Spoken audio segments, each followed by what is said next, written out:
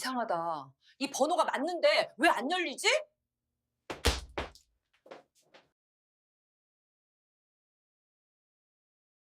일본 여행에서 돌아온 박영자 씨는 자신의 집 앞에 섰습니다. 그런데 현관문이 열리지 않았어요. 비밀번호를 아무리 눌러도 빨간 불만 깜빡였죠. 옆집 이웃은 3일 전 이사 트럭이 왔다고 말했습니다. 관리사무소 CCTV에는 아들 내외가 짐을 싸서 나가는 모습이 찍혀 있었어요. 30년 식당 운영으로 모은 전 재산인 이 집이 단 사흘 만에 증발해버린 겁니다. 도대체 무슨 일이 일어난 걸까요? 사연 시작 전 구독과 좋아요를 눌러주시고 지금 어디서 듣고 계신지 댓글 남겨주세요. 늘 건강과 행운이 가득하길 바라겠습니다. 영자 씨는 경비실 의자에 앉아 지난 세월을 떠올렸습니다. 20년 전 남편 박철호 씨가 간암으로 세상을 떠난 후 영자 씨는 홀로 중국집을 운영하며 아들 민수를 키웠어요. 새벽 5시에 일어나 밤 11시까지 일하는 게 일상이었죠. 손님들의 잔소리도 기름 냄새도 허리 통증도 참아냈습니다. 겨울이면 배달 나갔다가 오토바이로 넘어지기도 했어요. 하지만 병원 갈 시간도 아까워 파스만 붙이고 다시 일했죠. 오직 아들 하나만 바라보며 살았습니다. 우리 민수만큼은 고생 안 시키고 키워야지. 그게 영자 씨의 유일한 목표였어요. 민수는 대학 졸업 후 카페 창업을 시도했지만 6개월 만에 문을 닫았습니다. 영자 씨는 5천만 원의 빚을 대신 갚아줬어요. 식당을 담보로 대출을 받아서였죠. 괜찮아. 엄마가 다시 벌면 돼. 그 후로도 온라인 쇼핑몰, 치킨 프랜차이즈 등 사업은 번번이 실패했습니다. 실패할 때마다 민수는 어머니에게 손을 벌렸어요. 영자 씨는 한 번도 거절하지 못했죠. 3년 전 민수가 이수진이라는 여자를 데려왔을 때 영자 씨는 묘한 불안감을 느꼈습니다. 며느리의 화려한 외모와 명품 옷차림이 왠지 어울리지 않았어요. 엄마, 수진이는 좋은 사람이에요. 저를 정말 사랑해요. 민수는 행복해 보였습니다. 영자 씨는 아들의 행복을 위해 결혼을 허락했어요. 결혼식 비용 3천만 원도 영자 씨가 모두 냈죠. 결혼 후 수지는 겉으로는 시어머니를 공경하는 척했지만 집안일은 전혀 거들지 않았습니다. 늘 고급 카페에서 친구들과 사진을 찍고 명품 가방과 옷을 사드렸어요. 엄마, 수진이가 이것 좀 사고 싶대요. 민수는 아내의 요구를 들어주기 위해 영자 씨에게 또 손을 벌렸죠. 영자 씨는 별 볼 일 없는 아들이 며느리 마음이라도 얻으면 좋겠다라는 생각으로 돈을 건넸습니다. 한 달 전 수진이 갑작스럽게 제안했어요. 어머님, 친구분들과 여행 한번 다녀오세요. 제가 일본 여행 예약해 드릴게요. 영자 씨는 며느리의 갑작스러운 효심에 감동했습니다. 평생 해외여행 한번 못 가봤거든요. 친구 3명과 함께 기쁜 마음으로 오사카로 떠났죠. 수진이가 참 착하네. 우리 며느리 복도 있나 봐. 친구들에게 자랑까지 했어요. 그것이 모든 것을 잃는 시작인 줄도 모르고요. 영자 씨는 경비실 창밖을 바라보며 이를 악물었습니다. 손에 쥔 여행 가방이 무겁게만 느껴졌어요. 영자 씨는 곧장 경찰서로 달려갔습니다. 민원실 창구에서 사기당했어요. 제 집이 사라졌어요. 라고 외쳤죠. 담당 형사 정민호 씨가 나와 영자 씨의 진술을 들었습니다. 형사는 컴퓨터로 등기부등본을 확인한 뒤 난처한 표정을 지었어요. 어머님, 여기 보시면 일주일 전에 아드님 앞으로 소유권이 이전됐고 다시 제3자에게 매매됐네요. 영자 씨는 믿을 수가 없었습니다. 이건 사기예요. 제 동의도 없이 어떻게 집을 팔 수 있어요? 하지만 형사는 고개를 저었어요. 서류상으로는 모든 절차가 적법하게 진행됐습니다. 형사는 더 차가운 말을 이었습니다. 가족 간 재산 분쟁은 민사사건이라 경찰이 개입하기 어렵습니다. 영자 씨는 다리에 힘이 풀려 의자에 주저앉았죠. 그럼 저는 어떻게 해요? 제 집인데. 형사는 법률구조공단을 안내해 줬습니다. 그날 오후 법률구조공단을 찾아갔어요. 무료 변호사 한승우 씨는 서류를 꼼꼼히 검토했습니다. 30분 후 변호사는 더 차가운 말을 했어요. 소송을 하더라도 승소 가능성이 매우 낮습니다. 변호사는 이유를 설명했죠. 명의 이전 서류가 모두 적법하게 작성됐고 제3자는 선의의 매수인입니다. 영자 씨는 이해할 수 없었어요. 그럼 저는 그냥 당하고만 있으라는 말씀이세요? 변호사는 안타까운 표정으로 말했습니다. 시간과 비용만 소모될 겁니다. 현실적으로 어려워요. 영자 씨는 은행으로 달려갔습니다. 저축해둔 8천만 원을 확인하려고요. 창구 직원이 통장을 조회하더니 놀란 표정을 지었어요. 고객님, 잔액이 0원입니다. 영자 씨는 귀를 의심했습니다. 뭐라고요? 그럴 리가 없어요. 일주일 전 전액 인출된 거였어요. 은행 직원이 CCTV 영상을 보여줬습니다. 화면 속에는 민수가 혼자 ATM 앞에 서 있었어요. 여러 번 돈을 인출하는 모습이 선명하게 찍혀 있었죠. 영자 씨는 그 자리에서 울음을 터뜨렸습니다. 아니야, 우리 민수가 그럴 리 없어. 하지만 증거는 명백했어요. 그날 밤 친구 영숙 씨 집에서 신세를 지게 됐습니다. 영숙 씨가 따뜻한 차를 내왔지만 영자 씨는 한 모금도 넘길 수 없었어요. 30년의 땀과 눈물이 사흘 만에 사라진 현실을 받아들일 수 없었죠. 그날 밤 영자 씨는 잠을 이룰 수 없었습니다. 천장만 하염없이 바라보며 눈물만 흘렸어요. 영자 씨는 포기하지 않기로 결심했습니다.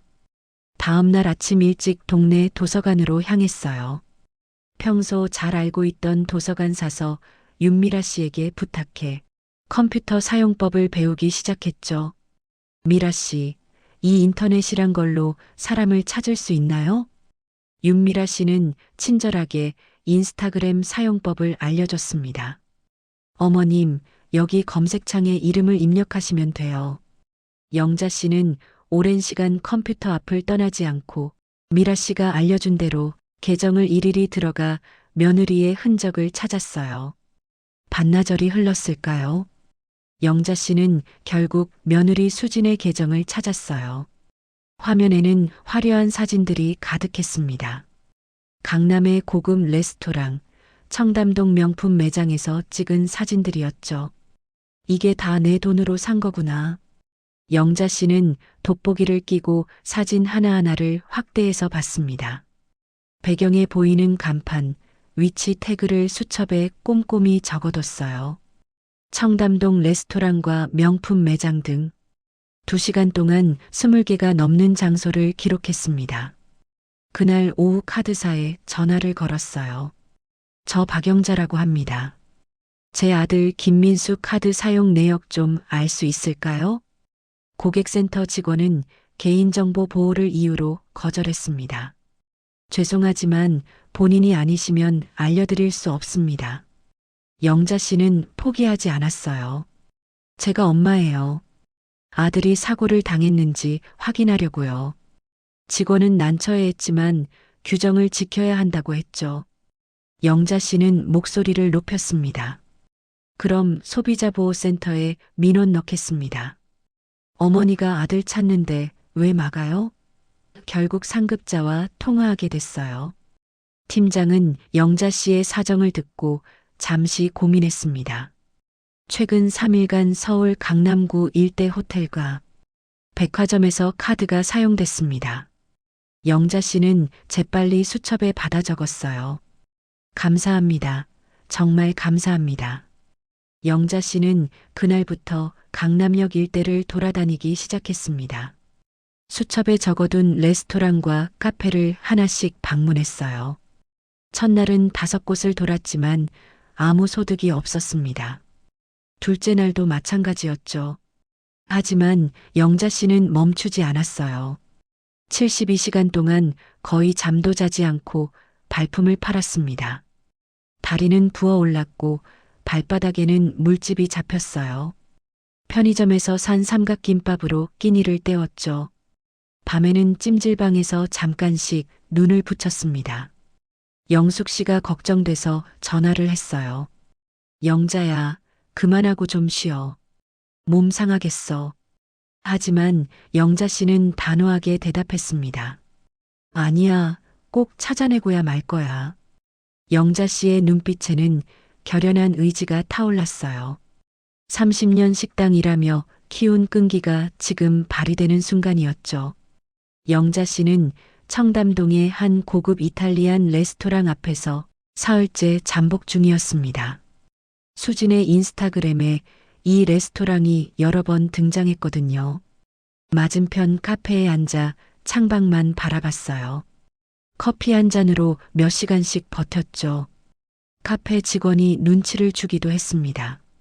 손님, 주문 더 하시겠어요? 영자 씨는 미안한 마음에 커피를 한 잔 더 시켰어요. 사흘째 되는 날 저녁 7시경 고급 세단 한 대가 레스토랑 앞에 멈춰 섰습니다. 영자 씨는 몸을 앞으로 내밀며 집중했어요. 차에서 내린 사람은 수진이었습니다. 영자 씨가 한 번도 본 적 없는 화려한 드레스를 입고 있었어요. 목에는 다이아몬드 목걸이가 반짝였죠. 저게 다 내 돈으로. 그런데 옆에 있는 사람은 민수가 아니었습니다. 40대로 보이는 낯선 중년 남자가 수진의 허리에 손을 얹고 있었어요. 영자 씨는 심장이 쿵 내려앉는 것을 느꼈습니다. 손이 떨려 커피잔을 놓칠 뻔했죠. 재빨리 휴대폰을 꺼내 사진을 찍었습니다. 떨리는 손으로 몇 장을 연속으로 찍었어요. 두 사람은 레스토랑 안으로 들어갔습니다.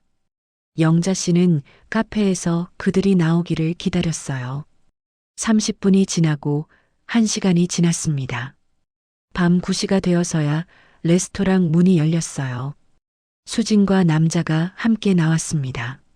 남자는 수진의 어깨를 감싸며 친밀하게 대화를 나눴어요. 수진은 행복한 표정으로 웃고 있었죠.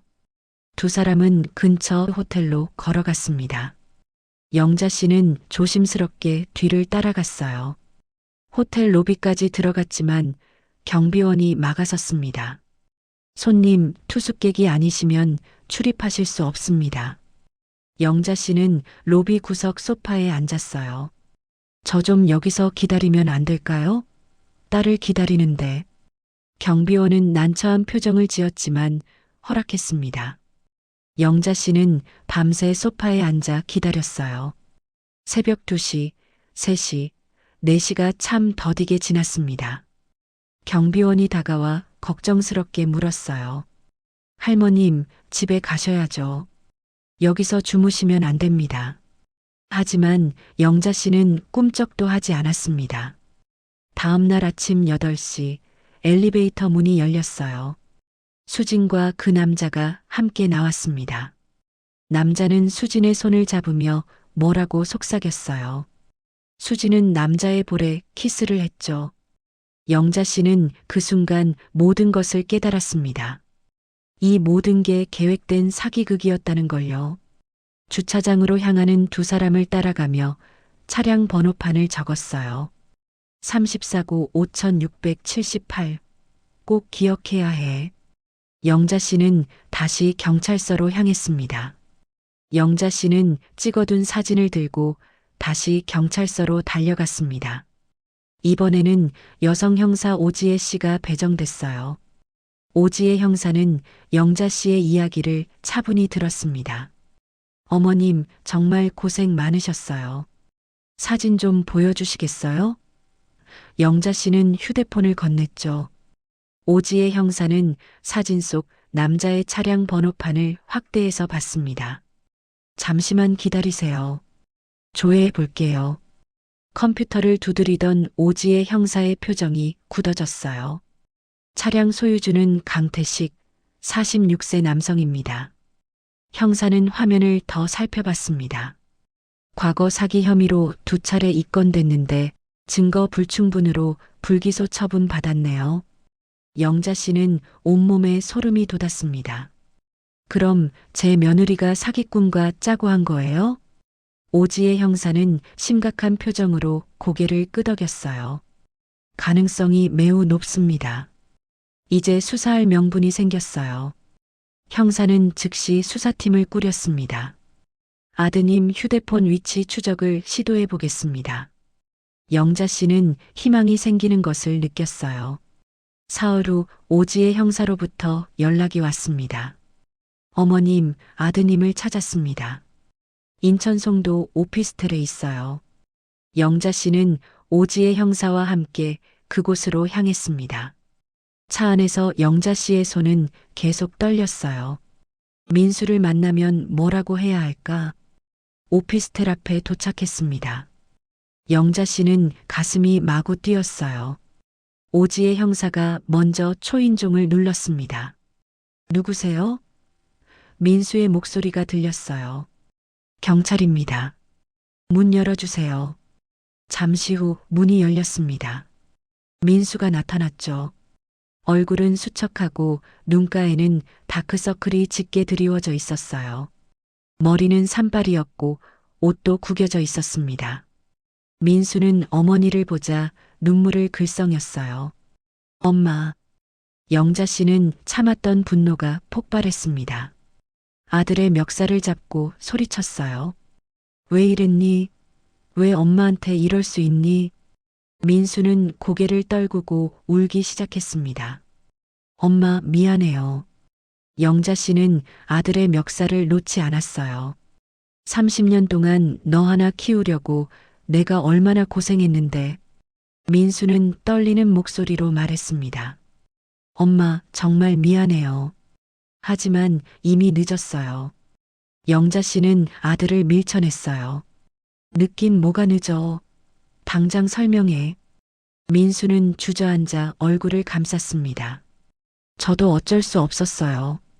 속은 거예요. 오지혜 형사가 차분하게 말을 했습니다. 김민수 씨, 경찰서에 가서 자초지종을 설명해 주셔야겠습니다. 민수는 고개를 끄덕였어요. 네. 다 말씀드릴게요. 영자 씨는 아들을 바라보며 눈물을 흘렸습니다. 이제 돌이킬 수 없다는 걸 알았죠. 경찰서 조사실에서 민수는 모든 사실을 털어놨습니다. 오지혜 형사와 영자 씨가 맞은편에 앉아 있었어요. 민수는 떨리는 손으로 물을 한 모금 마셨습니다. 1년 전 수진이가 강태식을 소개했어요. 사촌 오빠라고 했죠. 영자 씨는 주먹을 불끈 쥐며 들었어요. 강태식은 부동산 투자 전문가라고 자신을 소개했다고 합니다. 3개월만 집을 담보로 잡으면 2억을 벌 수 있다고 했어요. 민수는 처음에는 거절했다고 했습니다. 하지만 수진이 매일같이 설득했다고 해요. 당신 엄마 집만 담보로 잡으면 우리 인생이 바뀐대요. 강태식은 가짜 투자 설명서를 보여줬습니다. 화려한 그래프와 수익률 보고서가 가득했죠. 다른 고객들도 이렇게 큰 돈을 벌었다고 증명서까지 보여줬어요. 민수는 고개를 떨구며 말을 이었습니다. 제가 너무 바보 같았어요. 그 둘의 말을 너무 쉽게 믿어버렸어요. 영자 씨는 어머니 몰래 집 서류를 빼냈다는 말에 치를 떨었습니다. 그래서 내 서랍을 뒤진 거구나. 민수는 고개를 들지 못했어요. 강태식은 위조된 위임장과 인감증명서를 만들었습니다. 전문 조직이 있어서 서류는 완벽했다고 해요. 엄마가 일본 여행 간 사이에 모든 게 진행됐어요. 집의 명의는 민수로 이전됐고 곧바로 제3자에게 매각됐습니다. 매각 대금은 7억 원이었어요. 강태식이 전액 가져갔어요. 저한테는 1,000만 원만 줬어요. 민수가 항의하자 강태식은 협박했다고 합니다. 네가 나서서 어머니 집을 훔친 거야. 경찰에 신고하면 너도 공범으로 감옥 간다. 영자 씨는 의자를 움켜쥐고 울부짖었어요. 이 나쁜 자식아. 그럼 엄마한테라도 말을 했어야지. 민수는 눈물을 흘리며 대답했습니다. 무서웠어요. 감옥 가는 게 무서웠어요. 오지혜 형사가 더 충격적인 사실을 밝혔습니다. 수진의 본명은 최미란입니다. 형사는 파일을 펼쳐 보여줬어요. 5년 전 부산에서 유사한 결혼 사기로 집행유예를 받았습니다. 영자 씨는 귀를 의심했습니다. 뭐라고요? 그럼 처음부터 사기꾼이었다는 거예요? 오지혜 형사는 고개를 끄덕였습니다. 수지는 처음부터 강태식의 연인이었어요. 민수 씨와의 결혼은 어머님 재산을 노린 계획이었죠. 영자 씨는 의자에서 일어나 소리쳤어요. 3년 동안 나를 속인 거야. 3년 동안 내 돈을 다 가져다 쓰면서. 형사는 더 놀라운 정보를 꺼냈습니다. 강태식의 수법이 최근 2년간 서울 경기 지역에서 발생한 5건의 미제 사기 사건과 동일합니다. 피해자들은 모두 60대 이상 독거노인이나 고령 부부였어요. 총 피해액은 50억 원이 넘는다고 했습니다. 민수는 고개를 숙인 채 흐느꼈어요. 엄마, 정말 미안해요. 저를 고소하세요. 영자 씨는 아들을 차갑게 바라봤습니다. 넌 이제 내 아들이 아니야. 오지혜 형사는 강태식 전담 수사팀을 꾸렸습니다. 영자 씨에게도 수사 협조를 요청했어요. 어머님, 저희를 도와주셔야 합니다. 더 많은 피해자를 구할 수 있어요. 영자 씨는 흔쾌히 동의했습니다. 뭐든지 하겠습니다. 저 나쁜 놈들을 꼭 잡아야죠. 수사팀은 강태식의 통화 기록과 계좌를 추적하기 시작했습니다. 이틀 후 수사 결과가 나왔어요. 놀랍게도 강태식은 4개의 위장 신분을 사용하고 있었습니다. 김영호, 박상철, 이정민 등의 가명으로 여러 법인을 운영했죠. 각 신분마다 통장과 휴대폰이 따로 있었어요. 오지혜 형사가 영자 씨에게 설명했습니다. 완전히 조직적으로 움직이는 전문 사기단입니다. 수사 과정에서 더 큰 조직의 실체가 드러났습니다. 강태식 조직에는 수진 외에도 2명의 여성이 더 있었어요. 한 명은 28세 정수아, 다른 한 명은 32세 박민지였습니다. 이들은 각각 독거노인과 고령자를 타깃으로 접근했어요. 정수아는 70대 독거노인과 결혼해 재산을 빼돌렸고 박민지는 고령 부부에게 투자 사기를 쳤습니다. 오지혜 형사가 영자 씨에게 제안했어요. 저희가 준비한 것이 있는데 수사에 협조해 주시겠습니까? 영자 씨는 망설이지 않았습니다. 당연하죠. 어떻게 하면 되나요? 형사는 수진에게 문자를 보내라고 했어요. 영자 씨는 떨리는 손으로 휴대폰을 들었습니다. 수진아, 나 민수 엄마야. 만나서 얘기 좀 하자. 문자를 계속 작성했어요. 경찰한테는 아무 말 안 했어. 내가 뭐든 시키는 대로 할게. 제발 만나서 이야기 좀 하자. 전송 버튼을 누르는 손이 떨렸습니다. 이렇게 해서 저 나쁜 년을 잡을 수 있을까요? 오지혜 형사는 고개를 끄덕였어요. 곧 연락 올 겁니다. 수지는 어머님이 증거를 쥐고 있을까봐 불안할 거예요. 이틀 후 수진으로부터 답장이 왔습니다. 어머니, 죄송해요. 혼자 카페에서 만나요. 경찰 오면 안 돼요. 영자 씨는 즉시 오지혜 형사에게 연락했어요. 만남 장소는 홍대의 한 카페로 정해졌습니다. 오지혜는 형사 5명을 카페 주변에 배치했어요. 1명은 카페 안 손님으로 위장하고 2명은 밖에서 대기했죠. 나머지 2명은 차량에서 상황을 모니터링하기로 했습니다. 영자 씨의 옷 안쪽에는 소형 녹음기를 부착했어요. 어머님, 긴장하지 마시고 자연스럽게 대화하세요.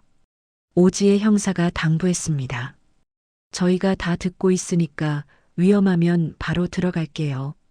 영자 씨는 카페로 향하며 주먹을 불끈 쥐었습니다. 이제 끝을 보자. 내 인생을 망친 대가를 치러야지. 카페 앞에 도착한 영자 씨는 심호흡을 크게 했어요. 수진이 나타나기를 기다리며 복수의 순간이 다가오고 있음을 느꼈습니다. 그간 산전수전 다 겪으며 단련된 배짱이 지금 필요한 순간이었죠. 수진은 약속 시간보다 30분 늦게 카페에 나타났습니다. 주변을 두리번거리며 경계하는 모습이 역력했어요. 영자 씨는 최대한 침착하게 미소를 지으며 손을 흔들었습니다. 수진아, 여기야. 수진이 자리에 앉자 영자 씨가 먼저 말을 꺼냈어요. 수진아, 왜 그랬니? 나한테 돈이 필요했으면 말을 하지. 수진은 거짓 눈물을 흘리기 시작했습니다. 어머니, 저도 어쩔 수 없었어요. 영자 씨는 속으로 분노를 삼키며 연기를 계속했어요. 무슨 일이 있었니? 나한테 말해봐. 수진은 손수건으로 눈물을 닦았습니다. 강태식이란 사람이 협박을 했어요. 민수 오빠를 해치겠다고. 영자 씨는 수진의 거짓말을 듣고 이를 악물었어요. 하지만 표정은 평온하게 유지했습니다. 그 강태식이라는 사람이 도대체 누구냐? 수진은 잠시 망설였어요. 사촌 오빠예요. 원래 좋은 사람이었는데 사업이 망하면서 변했어요. 영자 씨는 계속 물었습니다. 그럼 그 사람 지금 어디 있니? 내가 직접 만나서 얘기하고 싶어. 수진은 긴장한 표정을 지었어요. 그건 어려울 것 같아요. 영자 씨는 수진의 손을 잡았습니다. 제발 부탁이야.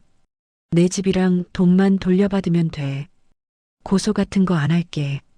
수진은 영자 씨의 눈을 빤히 쳐다봤어요. 정말이에요?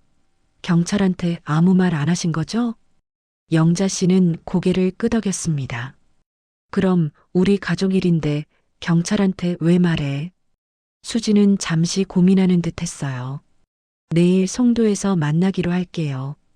제가 연락드릴게요. 그 순간 카페 문이 벌컥 열렸습니다. 오지혜 형사를 비롯한 형사 5명이 일제히 들어왔어요. 이수진, 아니 최미란 씨.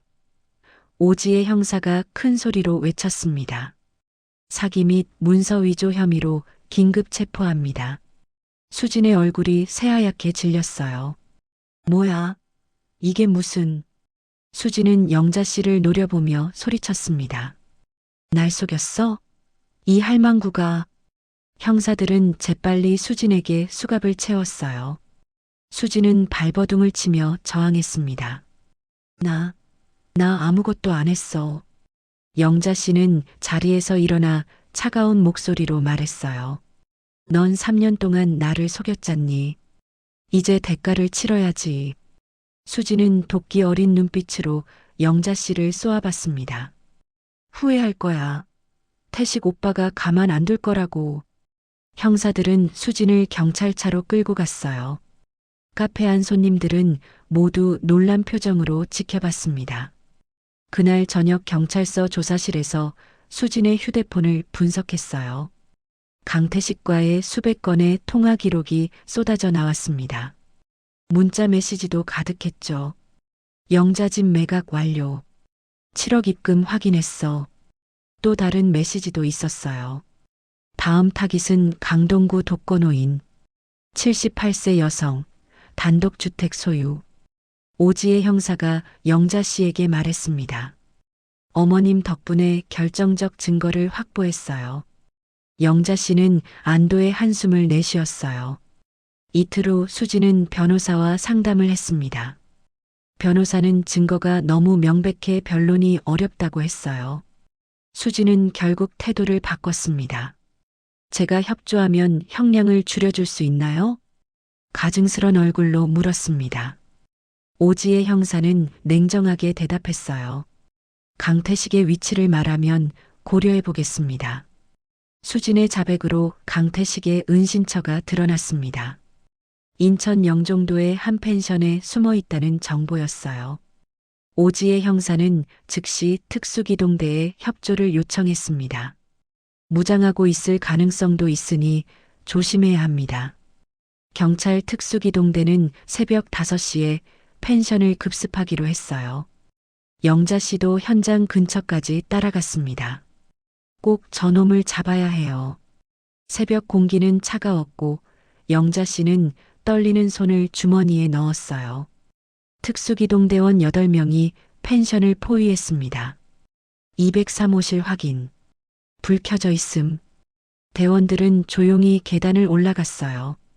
문 앞에 도착한 순간 작전 신호가 들렸습니다. 돌입. 문이 부서지며 대원들이 안으로 들어갔어요. 강태식은 뒷문으로 도주를 시도했습니다. 움직이지 마.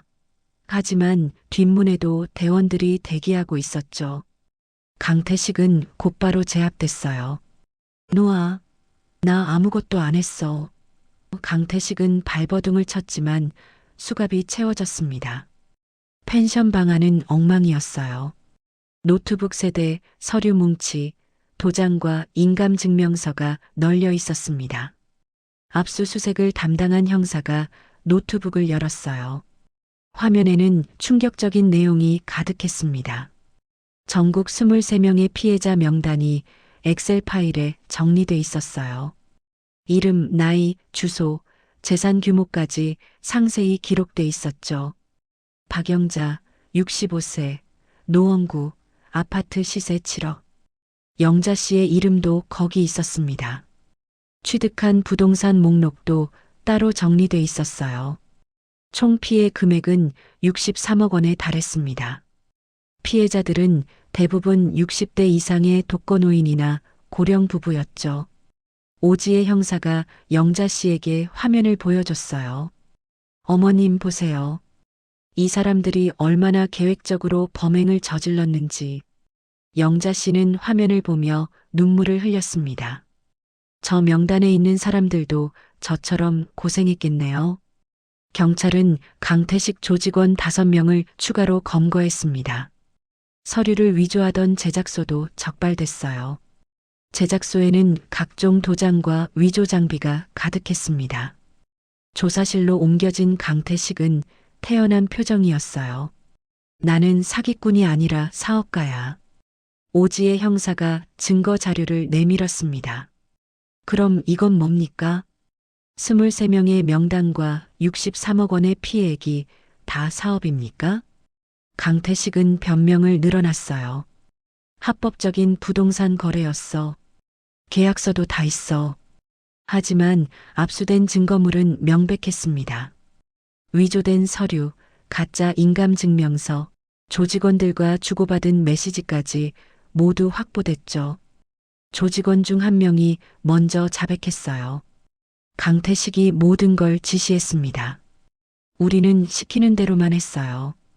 다른 조직원들도 하나둘 진술을 바꿨습니다. 검찰은 강태식을 특정경제범죄 가중처벌법 위반으로 구속 기소했어요.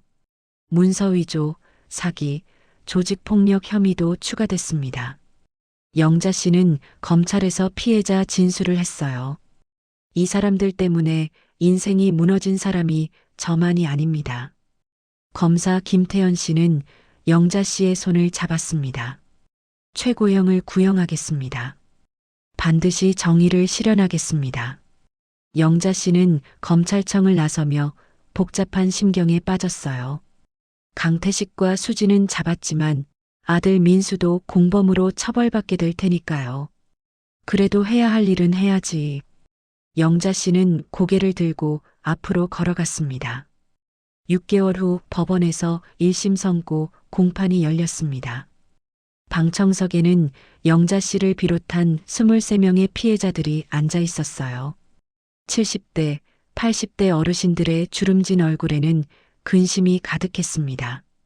언론사 기자들도 대거 참석해 카메라를 들이댔죠. 저희 아버지 재산도 저 사람들한테 다 빼앗겼어요. 한 피해자 가족이 기자에게 인터뷰하고 있었어요. 법정문이 열리고 재판장 박정수 부장판사가 입장했습니다. 전원 기립. 법정이 숙연해졌어요. 피고인석에는 강태식, 수진, 민수가 나란히 앉아 있었습니다.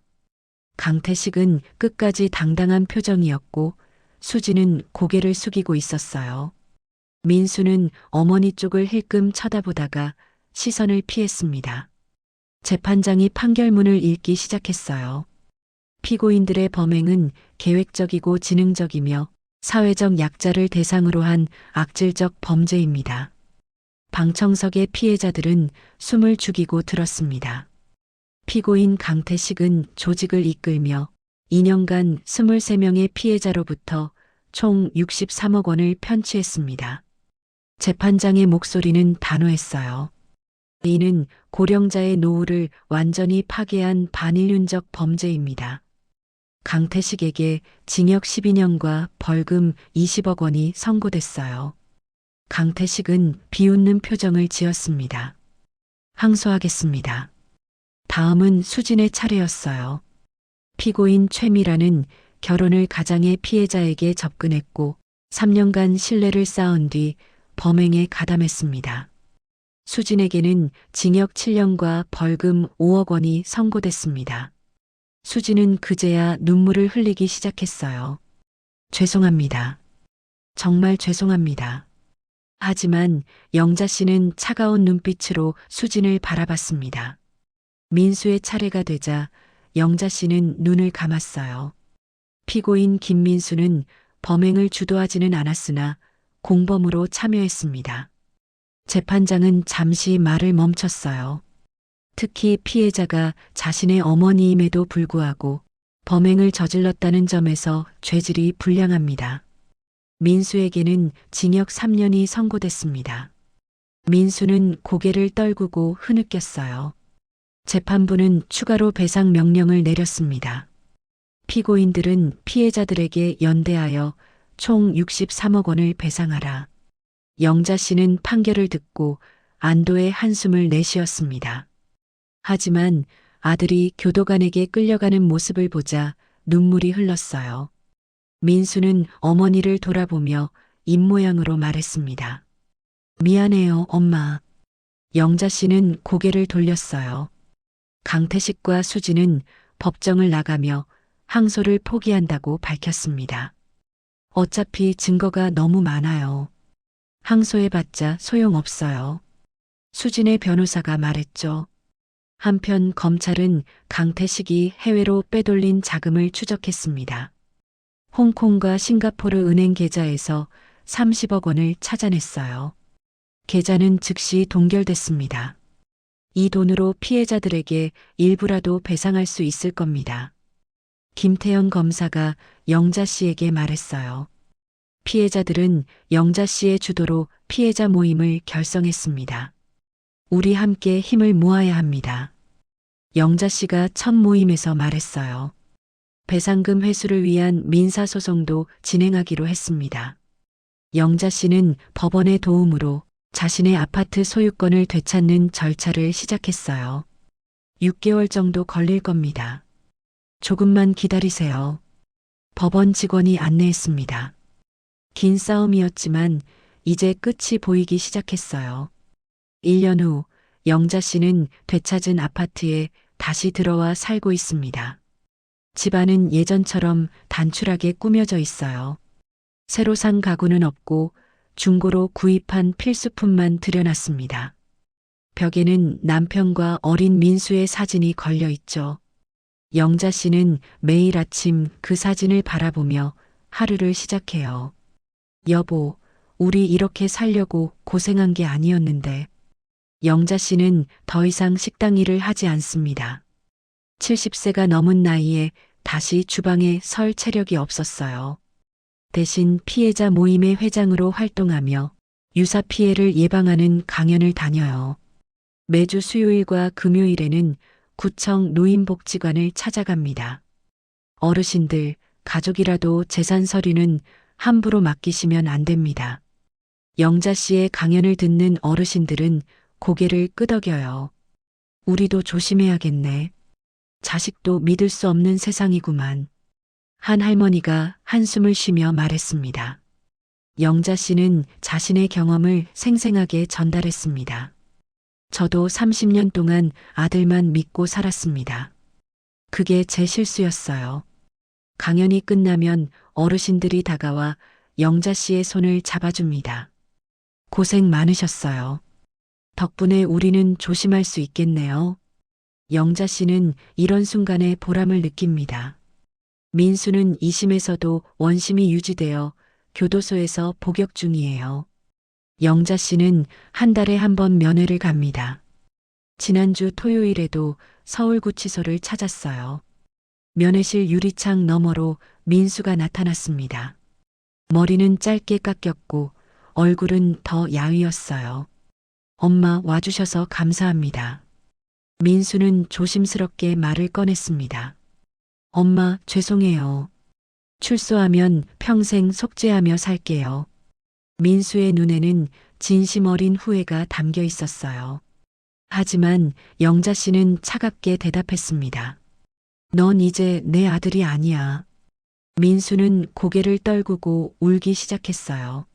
엄마. 영자 씨는 자리에서 일어났습니다.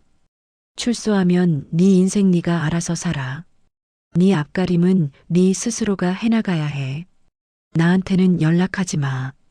면회 시간이 끝나고 영자 씨는 구치소를 나왔어요. 가슴은 아팠지만 돌이킬 수 없었습니다. 영자 씨는 배상금으로 받은 7억 원 중 5억 원을 다른 피해자들을 돕는 기금으로 출연했습니다. 이 돈으로 저처럼 피해본 어르신들을 도와주세요. 피해자 지원센터에 기금을 전달하며 말했어요. 센터 담당자는 감사 인사를 거듭했습니다. 어머님 덕분에 많은 분들이 도움받으실 겁니다. 영자 씨는 이제 혼자지만 당당합니다. 같은 아픔을 겪은 사람들의 든든한 버팀목이 되어주고 있죠. 매주 화요일에는 피해자 모임을 주최해요. 우리 서로 의지하며 살아갑시다. 어느 봄날 오후 영자 씨는 아파트 베란다에서 커피를 마시며 창밖을 바라봅니다. 벚꽃이 흩날리고 아이들이 놀이터에서 뛰어노는 모습이 보여요. 자식을 믿는 것보다 나 자신을 믿는 게 먼저였어야 했는데 영자 씨는 혼잣말을 중얼거립니다. 하지만 후회보다는 담담함이 더 컸어요. 그래도 내가 할 수 있는 일을 하며 사는 게 다행이지. 영자 씨는 새로 시작된 삶을 받아들였습니다.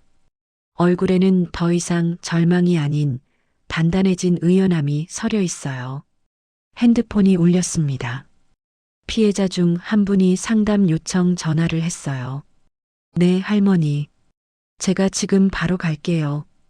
영자 씨는 가방을 들고 현관문을 나섰습니다.